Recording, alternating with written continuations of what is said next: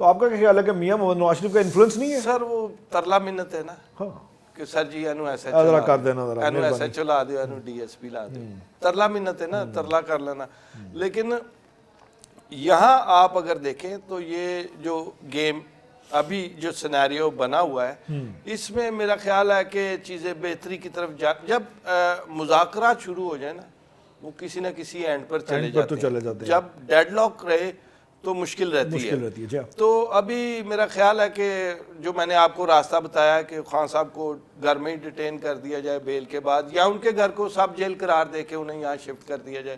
ان کی ایج بھی ایسی ہے، گورنمنٹ بہت ساری چیزیں دور تک دیکھتی ہے، سوچتی ہے.